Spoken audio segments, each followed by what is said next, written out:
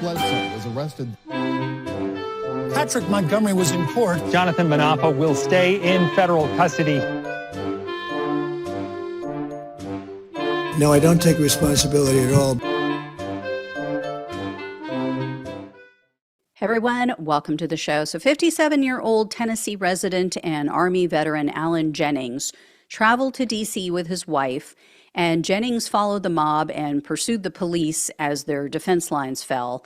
And he was the second person to enter the lower West Terrace tunnel, and he approached the police who were standing behind the door. So officers were behind, as you probably have seen in the videos, a locked set of doors. These are glass doors, and Jennings charged towards them while pointing and yelling at them. And then Jennings was recording this whole thing as it was going down. He was recording with his phone. And there's also body cam footage from the officer's point of view as well. So there's a lot of evidence here against him. Within a short period of time, the mob filled in behind Jennings and they started pounding on the glass doors. Well, eventually, Jennings pulls a pair of emergency medical scissors out of his pocket and he used them to shatter the glass. So the handle on these scissors contain a point that is specifically for breaking glass. These are, to be used like if you're stuck in a car, stuck somewhere and you need to get out.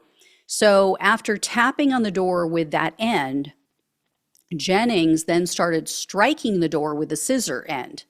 So he shattered it with that point and then started hitting it with the scissors. And so the prosecutor said he completely shattered the glass with his second strike. At that point, the mob reached through through the doors, they unlocked them, and then they moved toward the officers who were on the other side. Now, apparently, Jennings stood by and he was holding the door open to allow the mob to flow through. And then he, at one point, realized his hand was bleeding from the broken glass. So Jennings maneuvered his way through the crowd. He reached the front line of the officers, and Jennings put his hand on an officer's riot shield, and he continued to point and scream at the police. A few minutes later, Jennings was seen turning his back to the police, and so he was using his arm to brace himself against the door frame and to help the mob push back against the officers. Eventually, Jennings exited the tunnel, and at some point he left the Capitol grounds. So the FBI paid him a visit in January of 2022, and Jennings admitted to being at the Capitol, but he said that he didn't see any indication that the Capitol grounds were off limits that day. And Jennings laughably claimed he didn't see any officers in the tunnel. He told the agents that he saw only other members of the crowd in front of him. Never saw the police. The ones that I was pushing against, the ones that I was screaming at and pointing at. He also said he didn't have any contact with the police and he didn't damage any property while he was there. So again, he's got video on his phone that they have.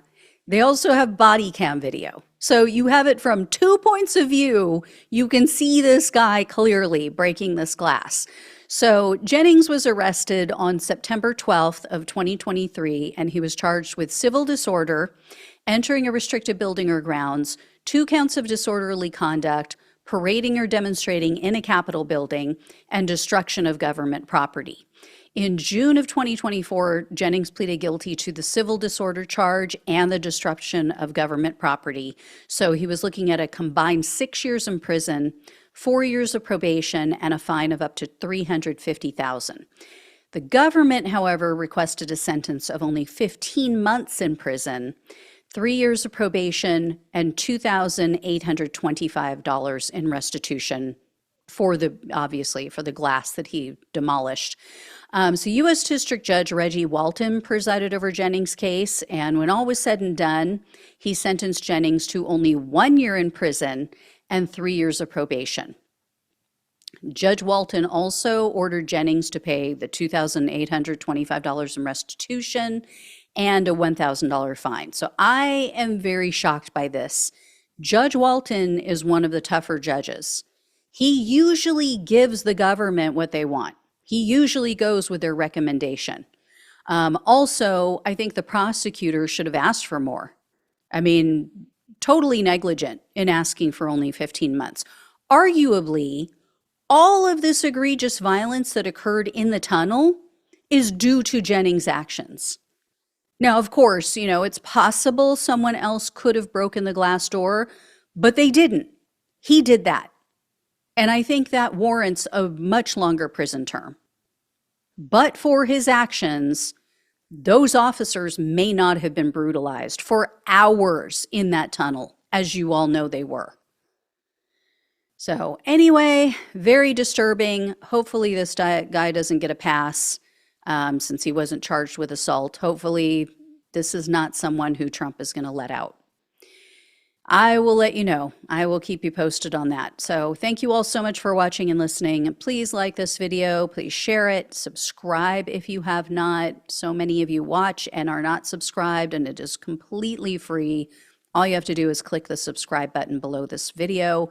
Truly, truly helps the show tremendously. So would appreciate that. If you can donate, that also really helps. Love you all. Take care. Talk with you soon.